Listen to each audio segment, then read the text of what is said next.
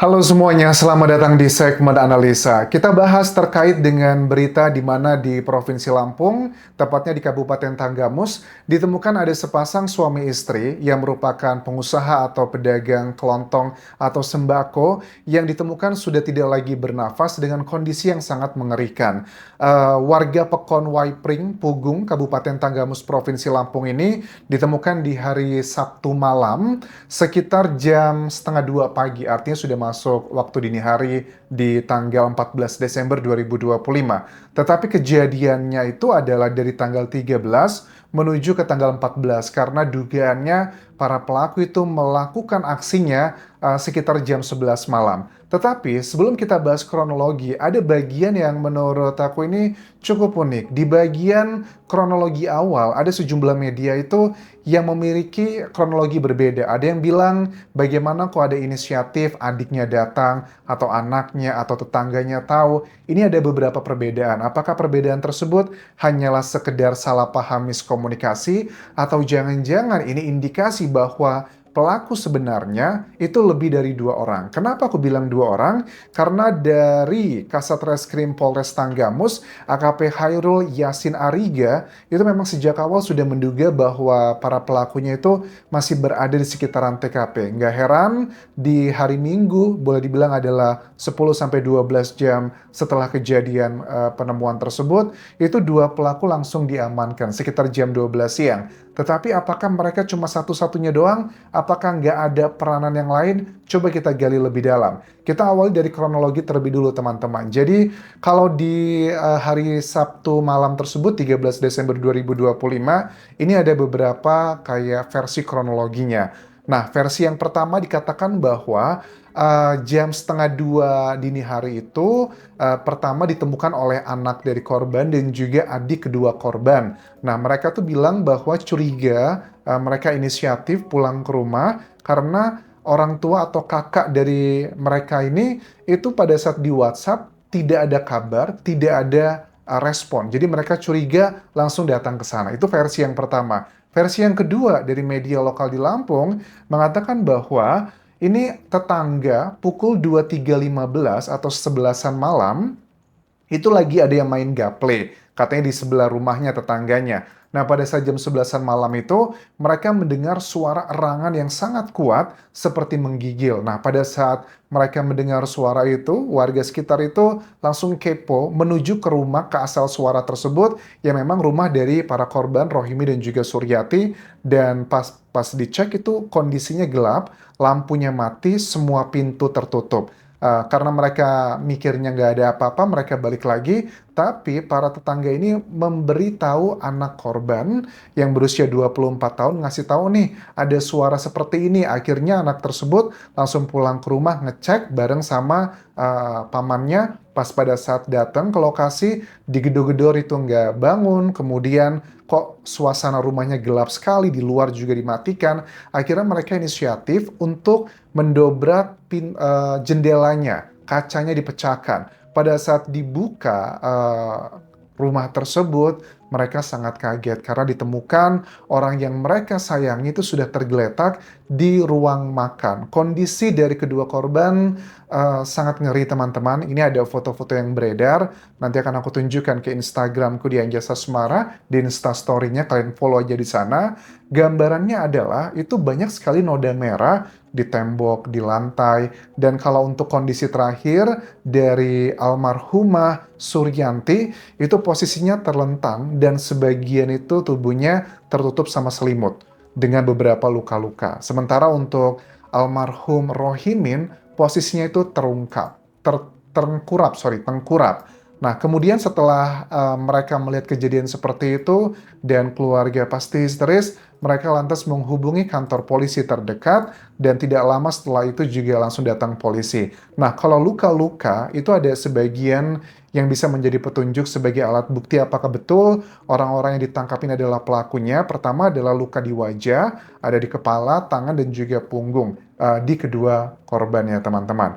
Nah, si terduga pelaku ini yang sudah diamankan dari pihak kepolisian ada 2 orang. Pertama adalah Aman Atmajaya, usia 34 tahun, dan juga Ari Jupen Anggara, usia 30 tahun.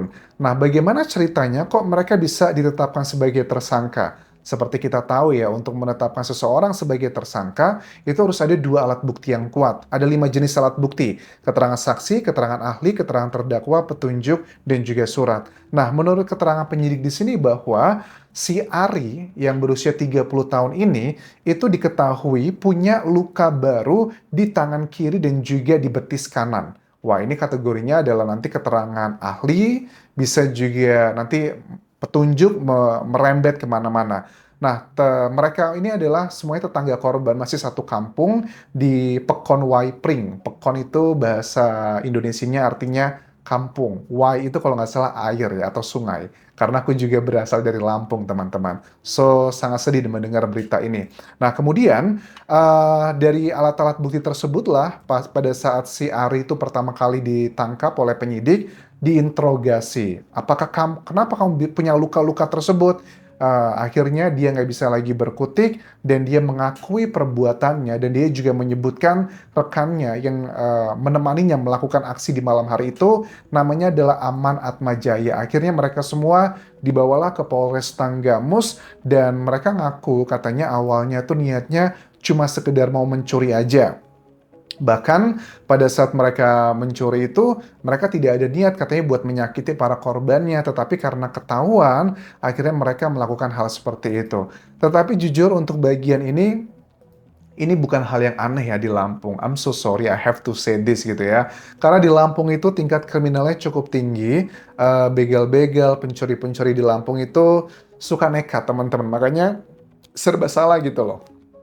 Ada beberapa kejadian masyarakat yang bilang bahwa kalau ada maling ketangkep itu jangan dihakimi secara mandiri atau massa, diserahkan aja ke polisi.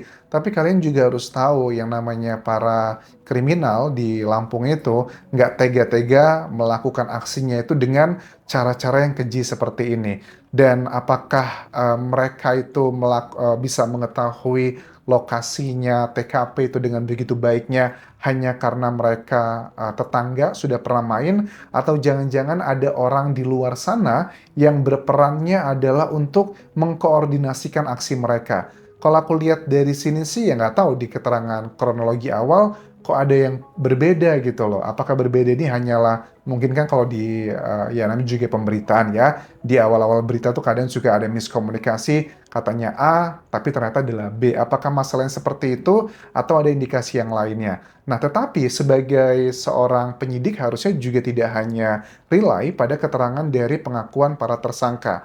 Harus diuji dengan alat-alat bukti, misalnya adalah secara saintifik atau ilmiah. Kita lihat dari otopsi, karena kan dari kedua korban, itu jam 5 paginya, itu sudah langsung dibawa ke Rumah Sakit Bayangkara di Bandar Lampung untuk dilakukan otopsi. Coba dilihat dari situ, dari jenis lukanya. Apakah betul ini adalah luka yang disesuaikan dengan keterangan para tersangka? Ngakunya misalnya dengan golok. Mana goloknya? Coba dilihat tipikalnya. Apakah cocok dengan seperti itu adalah yang pertama. Yang kedua adalah apakah betul mereka cuma mengerjakan aksinya hanya berdua, tidak ada orang lain yang ngebantu? Bisa dilihat dari data komunikasi dengan handphonenya. Handphone itu bukan cuma dicek percakapan atau teleponnya, karena kan itu bisa dihapus ya, sangat gampang sekali. Harus dihubungi juga untuk providernya untuk mengecek percakapan terakhir, at least seminggu terakhir. Karena untuk provider itu bisa menyediakan data-data terkait dengan kebutuhan penyidik itu maksimal kalau nggak salah sekitar 3 bulan atau 90 hari, setelah itu datanya akan terhapus. Jadi mumpung masih dalam hitungan hari, ini bisa menjadi salah satu petunjuk apakah pure pelakunya hanya berdua itu saja. Nah, profil dari para tersangka ini sebenarnya juga termasuk orang yang baik loh, karena anak dari korban yang berusia 24 tahun itu pun juga mengaku, inisialnya AR ya anaknya tersebut ya, itu ngaku bahwa kenal sama para pelaku dan kenal juga baik, bahkan juga pernah main ke rumah. Nah, ini menjadi salah satu indikasi, oh mereka pernah main ke rumah, makanya sudah tahu lokasinya seperti apa. Tetapi sekali lagi teman-teman, sejak awal dari Kasat Reskrim Polres Tanggamus, itu udah menduga kuat bahwa pelakunya itu masih berada di sekitaran TKP. Apa nih yang membuat seorang penyidik yang sudah berpengalaman kok menduga bahwa kayaknya pelakunya masih ada di sini deh. Apa petunjuknya? Apakah ada keterangan dari sejumlah saksi yang saksinya tidak mau disebutkan karena suka tidak suka di Lampung itu kan memang termasuk tingkat kriminalnya cukup tinggi ya. Tanggamus juga salah satunya. Kalau ada seseorang yang menjadi saksi kemudian memberitahu bahwa iya malam hari itu saya melihat tuh ada dua tersangka itu bisa bahaya teman-teman. Keroyokan-keroyokan tuh masih cukup tinggi, terutama di bagian daerah-daerah Tanggamus itu masih boleh dibilang adalah kabupaten yang dekat dengan gunung dan jauh dari kota. Ya, walaupun Tanggamus termasuk kabupaten kecil, tetapi daerah tersebut juga cukup rawan ya untuk masalah kriminalnya. Ya, pada umumnya adalah seperti itu. Terus juga sekarang kita mau lihat adalah keterangan dari adik korban yang bernama Samsuri. Nah, adik korban ini kan bilang bahwa kakaknya itu tidak ada memiliki masalah dengan siapapun gitu, termasuk orang yang sangat baik, bahkan terkenal kedua korban ini pada saat mereka membantu warga sekitar ngutangin dengan kesulitan ekonomi, mereka nggak masalah loh gitu ngutangin. Bahkan kan kita lihat foto-foto kedua almarhum dan juga almarhumah pada saat mereka menjalankan ibadah umrohnya atau mungkin haji itu kan banyak beredar ya bahwa mereka orang yang sangat dermawan. Tetapi dari sini kita belajar ya, terkadang orang itu memanfaatkan kedermawanan seseorang untuk melakukan hal-hal yang tidak pantas. Tapi dengan melihat luka-luka dan juga alibi dari tersangka dan juga luka dari korban, aku sih nggak yakin kalau mereka beneran pure motifnya hanya pengen mendapatkan hartanya doang, uangnya doang. Aku yakin sih sepertinya ada hal lain yang belum diketahui karena kalau mereka tetangga, mereka juga sudah tahu kalau jam segitu pasti ada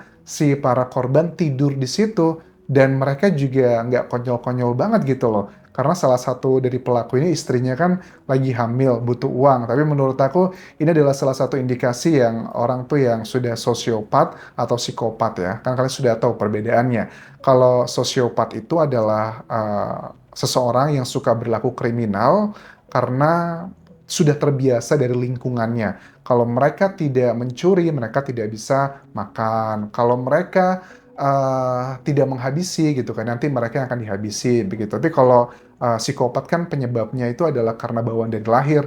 Mereka melakukan aksi kriminalnya itu karena demi kesenangan atau kepuasan pribadi. Karena ada salah satu saraf di otaknya yang menghubungkan rasa empati itu terputus. Tapi kalau aku lihat di sini, sepertinya ini adalah bagian yang sosiopat. Mereka terbiasa mendapatkan apa yang mereka inginkan menggunakan hal-hal yang melanggar hukum. Dan mohon maaf ya, sebagai orang Lampung aku juga tumbuh dari lahir sampai aku usia mungkin 18 tahun di Lampung, memang zaman dulu terkenalnya seperti itu gitu loh.